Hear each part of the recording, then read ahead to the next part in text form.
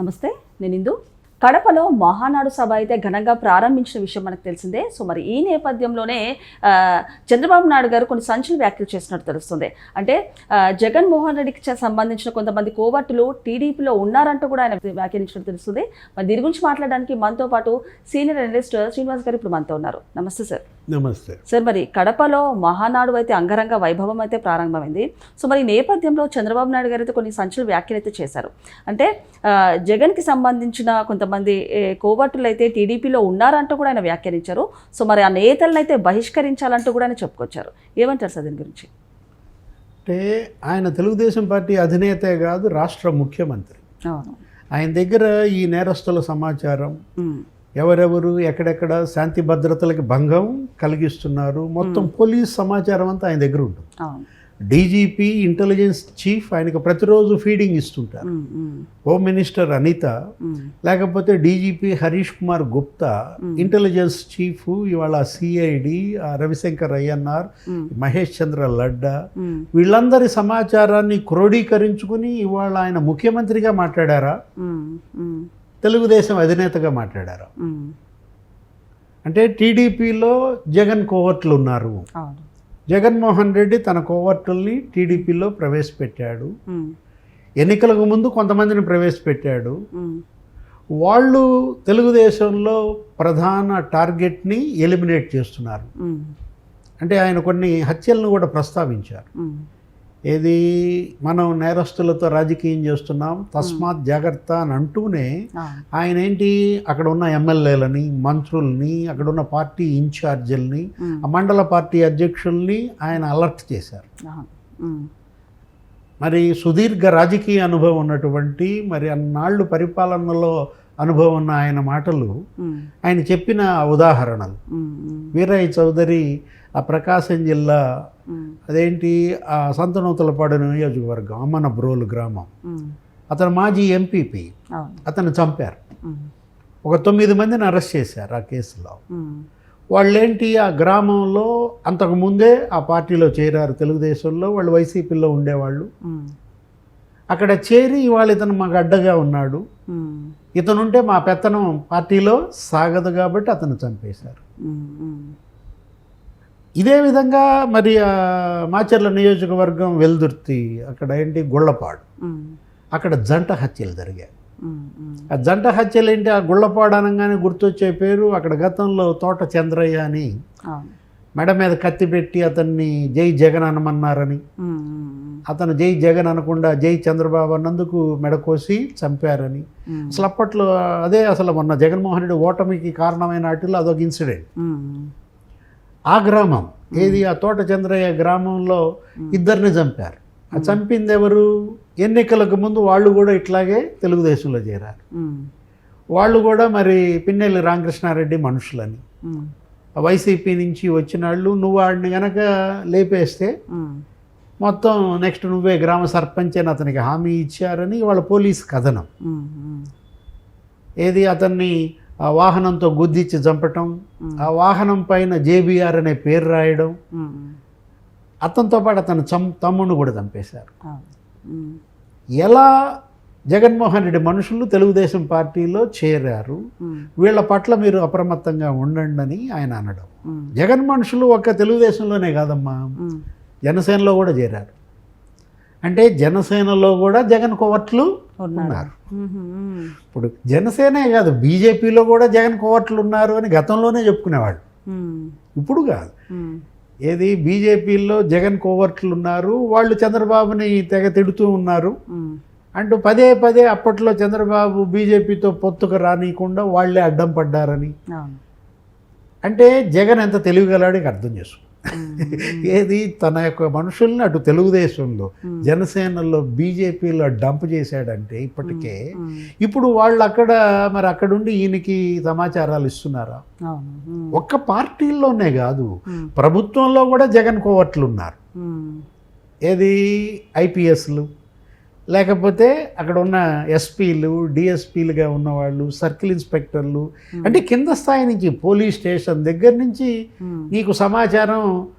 ఇప్పుడు ఏంటి, జగన్మోహన్ రెడ్డి అనేక మంది వాళ్ళు పరారీలో ఉన్నారు, వైసీపీ నాయకులు. ఇప్పుడు కాకాని గోవర్ధన్ రెడ్డి, ఆయన ఏంటి 56 రోజులుగా పరారీలో ఉన్నాడు. ఉమ్, పోలీసులు పలానా కేరళ వస్తున్నారు, పోలీసులు పలానా కర్ణాటక వచ్చారు, హైదరాబాద్లో తిరుగుతున్నారు నీ కోసం, ఈ సమాచారం జగన్ కోవర్టులు ఆ పోలీసుల్లో ఉన్నాళ్లే వీళ్ళకి ఇచ్చారని. ఉమ్, అప్పట్లో పిన్నెల్లి బ్రదర్స్ పరారీలో కానీ అవును.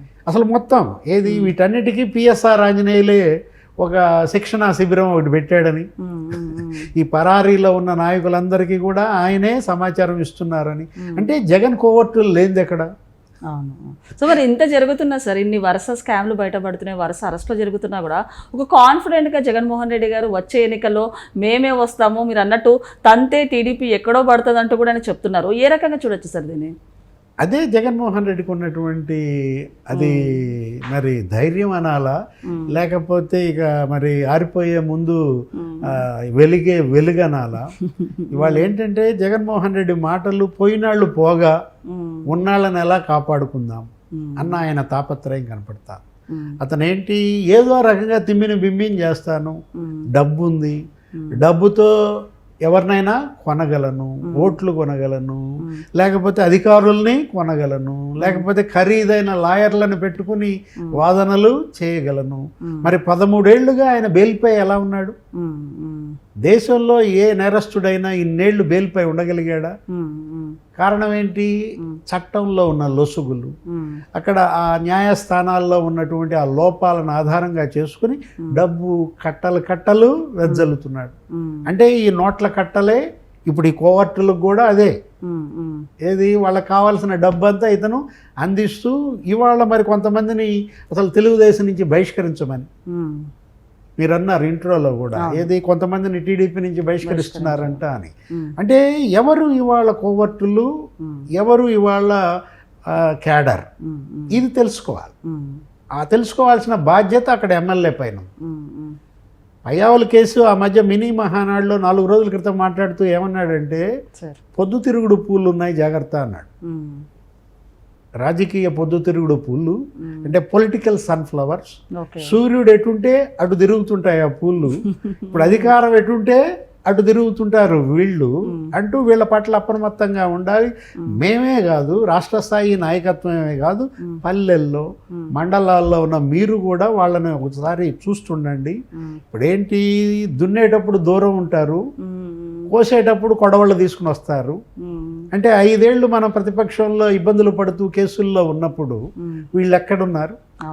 ఇప్పుడు మనం పవర్లోకి వచ్చేసరికి మనం గెలుస్తున్నామని ఎన్నికల ముందే వచ్చి పడ్డారు. ఇప్పుడు గెలిచాక ఇంకొంతమంది వస్తున్నారు. అంటే ఇప్పుడు తెలుగుదేశం ముందున్నటువంటి విద్యుక్త ధర్మం, తక్షణ కార్యక్రమం ఏంటి? ఇప్పటికే చేరిన కోవర్టుల్ని వదులుచుకోవాలి, కొత్తగా కోవర్టులు చేరకుండా అడ్డుకట్ట వేయాలి, ఒక స్క్రీనింగ్ జరగాలి. అంటే చేరికలని ఎవడబడితే వాడు వచ్చి చేరతానంటే చేర్చుకోకుండా ఆ చేరేవాడు ఏ ఉద్దేశంతో చేరుతున్నాడు అనేది తెలుసుకోవాలి. మొన్న మనం చూసాం, ఏది డిప్యూటీ మేయర్, డిప్యూటీ చైర్మన్, స్థానిక సంస్థలకు ఎన్నికలు జరుగుతున్నాయి, ఎవడు పడితే వాడు వచ్చి చేరారు. మీరేదో రకంగా మీ జెండా ఎగరేసుకోవాలని చెప్పి తాపత్రయంలో వచ్చిన వాళ్ళందరినీ చేర్చుకున్నారు.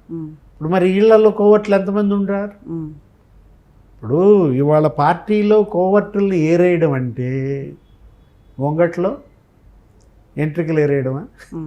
ఇప్పుడు గొంగట్లో అన్నం తింటా ఎంట్రికలు ఏరేయడం ఎలాగో ఇవాళ రాజకీయ పార్టీలో కోవర్టులు ఏరేయడం అలా సాధ్యమేనా? అయ్యే పనా? సరే, రకంగా చూసుకుంటే మొన్న ఒక 2 సంవత్సరాల క్రితం పెద్దిరెడ్డి రామచంద్రారెడ్డి అనుచరులు టీడీపీ కార్యకర్తల పసుపు చొక్కాలను చింపి అవమానించారు. అయితే ఎక్కడైతే అవమానించారో అదే సభలో, అదే గడ్డపై, అదే కార్యకర్తలకైతే ఘనంగా సన్మానం కూడా జరిగింది మొన్న మహానాడులో. సో మరి ఒక జగన్మోహన్ రెడ్డి వ్యవస్థను, అలాగే టీడీపీ వ్యవస్థను ఏ రకంగా చూడొచ్చు అంటారు సార్? వాళ్ళకి సన్మానమే కాదు, నువ్వు చెప్తోంది 3 రోజుల క్రితం. అసలు నిన్న వాళ్ళకి చంద్రబాబే భోజనం వడ్డించాడంట.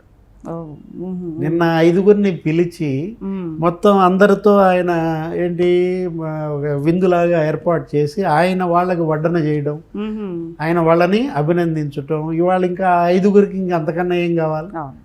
మీకు ఉద్యోగాలు కావాలా, మీ పిల్లలు ఏం చదువుతున్నారు, వాళ్ళకి ఏమన్నా స్కూల్లో సీట్లు కావాలా అంటూ ఒక భరోసా. ఇప్పుడు ఇవాళ పార్టీకి అదే వెన్నెముక. ఇప్పుడు క్యాడర్ ఈజ్ ద బాస్ అన్నారు. అవును. కార్యకర్తే అధినేత అంటే కింది స్థాయి కార్యకర్తతో కూడా అధినేత ఎలా మింగిల్ అవుతాడు అనేది వాళ్ళ తెలుగుదేశం పార్టీని చంద్రబాబుని చూసి నేర్చుకోవాలి. అవును. జగన్మోహన్ రెడ్డి లాంటి వాళ్ళు సరే ఆయన పని అయిపోయింది, ఇంకా పార్టీ ఉంటుందో ఉండదో మనకు తెలియదు. భవిష్యత్తులో పార్టీ పెట్టాలనుకున్న నాయకులు కానీ ఈ కొత్త రాజకీయ పార్టీలు కానీ అసలు అధినేత కార్యకర్త మధ్య ఉన్నటువంటి ఆ బంధం, ఆ బాండింగ్ని అంటి పెట్టుకోవాలి. ఇప్పుడు ఇవాళ బీజేపీ ఎందుకు ఇంత బలంగా ఉంది? కారణం దానికి వెన్నెముక ఆర్ఎస్ఎస్. అక్కడ ఒక సిద్ధాంత ప్రాతిపదిక. వాళ్ళ కమ్యూనిస్టులు కూడా గతంలో చాలా బలంగా ఉండేవాళ్ళు, అంటే ఇప్పుడు వాళ్ళ పని అయిపోయింది. CPI, CPM. కారణం ఏంటి? కార్యకర్తే అక్కడ సుప్రీంగా ఉండటం. నాయకులకు కార్యకర్తకి మధ్య అంతరం ఉండకూడదు. జగన్మోహన్ రెడ్డి ఏం చేశాడు? తనేదో దైవాంశ సంభూతుడని అసలు నాయకులతో కలవడు. ఎంపీలకే అపాయింట్మెంట్ లేదు, మంత్రులకే అపాయింట్మెంట్ లేదు, ఎవరిని అసలు ఇంట్లోకి రానీయడు, ఎవరితో కలిసి కూర్చుని భోజనం చేయడు. ఇవాళ అతనేంటి, తనేదో ఒక రాసరికం నుంచి వచ్చానన్న ఆయన పోకడలు ఇవాళ ఆ పార్టీ ఈ పరిస్థితికి కారణం. అంటే పార్టీ ఎలా ఉండాలి? తెలుగుదేశం, బీజేపీ, జనసేన. పార్టీ ఎలా ఉండకూడదు? వైఎస్ఆర్ కాంగ్రెస్. నాయకుడు ఎలా ఉండాలి? చంద్రబాబు, నరేంద్ర మోడీ, పవన్ కళ్యాణ్. నాయకుడు ఎలా ఉండకూడదు? జగన్మోహన్ రెడ్డి. ఒక చక్కటి పాఠ్యాంశాలు రాజకీయాల్లో, ఇదే పాఠ్యాంశాలు. వీళ్ళని చూసే నేర్చుకోవాలి. ఓకే సార్, నమస్తే. నమస్తే.